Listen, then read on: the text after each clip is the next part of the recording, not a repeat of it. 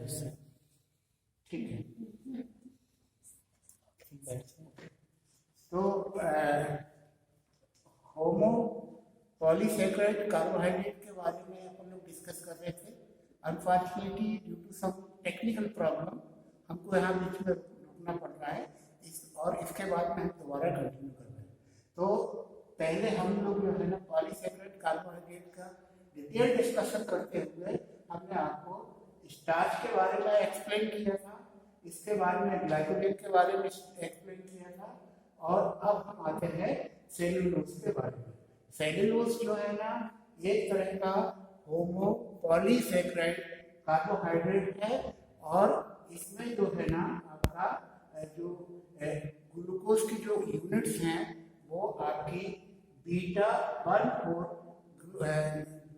Monosaccharide carbohydrate के β14 carbon की glycosidic linkage के द्वारा होता है। दूसरे जो पॉलीसेकेराइड कार्बोहाइड्रेट हैं ग्लाइकोजन और स्टार्च में, इनमें आप देखेंगे 1,4 लिंकेज है, कार्बन कार्बन, एक ग्लूकोज का पहला कार्बन दूसरे ग्लूकोज का चौथे नंबर का कार्बन आपस में जोड़ करके ग्लाइकोसाइड लिंकेज बनाते हैं। ये स्टार्च, और इसको डाइजेस्ट करने के लिए हमारी बॉडी में डिफरेंट एंजाइम्स होते हैं, इसलिए टूट टूट करके स्टार्च जो है ना आपका छोटे छोटे ग्लूकोज पार्टिकल में कन्वर्ट हो जाता है, और ये जो है ना हमारे लीवर में जाके स्टोर होता है, और लीवर में ग्लाइकोजन के रूप में पॉलीसेकेराइड होमो कार्बोहाइड्रेट के रूप में ये पड़ा रहता है। आवश्यकता पड़ने पर लीवर से यही ग्लाइकोजन ग्लूकोज में पुनः कन्वर्ट होकर के हमारे ब्लड में आता है, और कैटाबोलिक प्रोसेस के द्वारा ये हमको एनर्जी देता है। ये स्टार्च का की आपकी बायोकेमिस्ट्री है। इसके बाद में ग्लाइकोजन की ये जो है ना आपकी ग्लाइकोजन की बायोकेमिस्ट्री है। और इसके बाद में हम अगर आते हैं सेल्यूलोज पे, तो सेल्यूलोज भी होमो पॉलीसेकेराइड कार्बोहाइड्रेट है। अंतर केवल इसमें यह है कि इसमें 1 और 4 कार्बन एटम की लिंकेज है, जिसको बॉन्ड को तोड़ने के लिए हमारे डाइजेस्टिव सिस्टम में किसी भी तरह के एंजाइम नहीं होते। एंजाइम जो है ना ये बॉन्ड पे एक्ट करते हैं, उनको तोड़ते हैं, इसलिए वो डाइजेस्ट होता है। अब क्योंकि सेल्यूलोज के लिए कोई ऐसा एंजाइम नहीं है जो एंजाइम इस सेल्यूलोज के ग्लाइकोसाइड बॉन्डेज को तोड़ सके, और जब ये नहीं टूटता है तो जैसा हम खाते हैं वैसे का वैसे ये हमारे लैट्रिन के रास्ते बाहर निकल जाता है। इसके क्या फायदे होते हैं? सेल्यूलोज को हम दूसरी भाषा में फाइबर भी बोलते हैं, और जनरली न्यूट्रिशन में बड़े बड़े साइंटिस्ट, बड़े बड़े बायोलॉजिस्ट आपको ये एडवाइस करते हैं कि आप फाइबरस फूड का उपयोग करिए।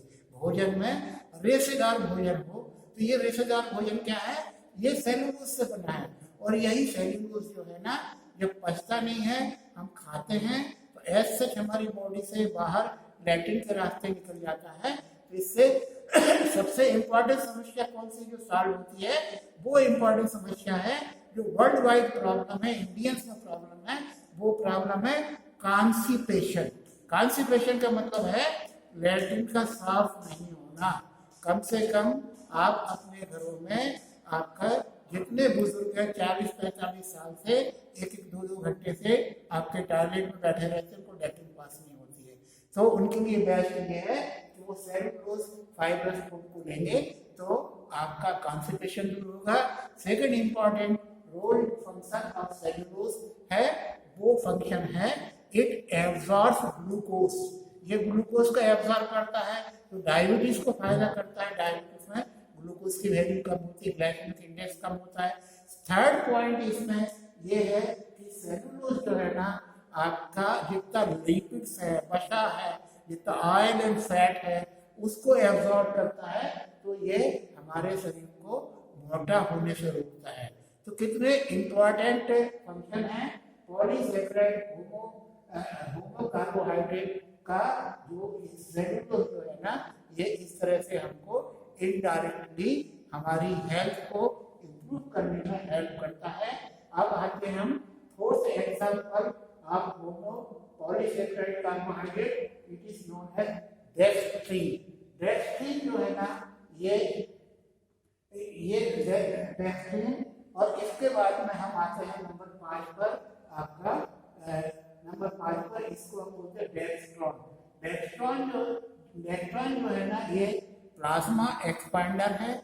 और ये जब पेशेंट शॉक में रहता है तो उसको हम मतलब इंफ्रारेड में पेशेंट को देते हैं, तो ये शॉक एब्जॉर्बर है और पेशेंट को शॉक से आउट करता है। इसके बाद में 6वें नंबर का जो पॉलीसेकेराइड होमोकार्बोहाइड्रेट है वो है आपका काइटिन। काइटिन हमारे बॉडी के एक्स स्केलेटन में पाया जाता है। और last but not the least most important polysaccharide carbohydrate, इसको हम बोलते हैं इनुलिन। इनुलिन मतलब जो है ना, ये इसकी एक मतलब बहुत इम्पॉर्टेंट क्लिनिकल यूज उपयोग है, एक्शन है, वो है जितना इनुलिन हम बॉडी को देते हैं उतना ही इनुलिन आपका माइक्रो लेवल पर हमारे पेशाब के रास्ते बाहर निकल जाता है। तो इसका क्या फायदा हुआ?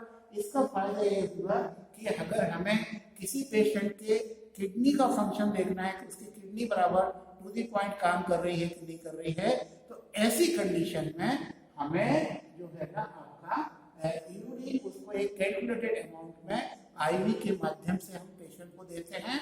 और उसकी देने के बाद में आपका एक घंटे से जितनी वो यूरिन पास करता है उस यूरिन को हम इकट्ठा करके उसमें हम इनुलिन का एस्टिमेशन करते हैं।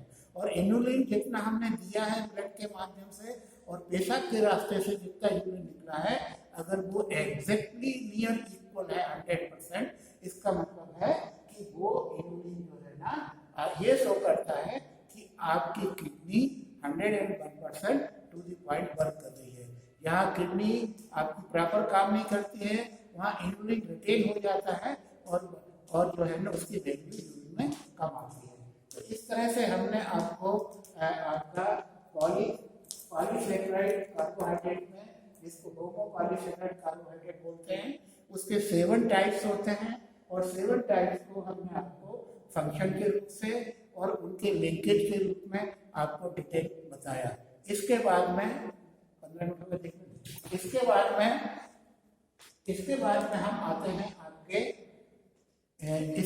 हम आते हैं आपका हेट्रोपॉलीसेकेराइड कार्बोहाइड्रेट। हेट्रो का मतलब ये होता है कि इसमें विभिन्न प्रकार के पॉलीसेकेराइड कार्बोहाइड्रेट ग्लाइकोसाइड लिंकेज में रहते हैं। कहीं इसमें आपका ग्लूकोज है, कहीं इसमें फ्रक्टोज है, कहीं इसमें राइबोस है, कहीं इसमें टेट्रोस है। इस टाइप की जो मोनोसेकेराइड कार्बोहाइड्रेट की विभिन्न प्रकार के मोनोसेकेराइड कार्बोहाइड्रेट के जो लिंकेज होते हैं इनको हम जो है ना हेट्रोपॉलीसेकेराइड कार्बोहाइड्रेट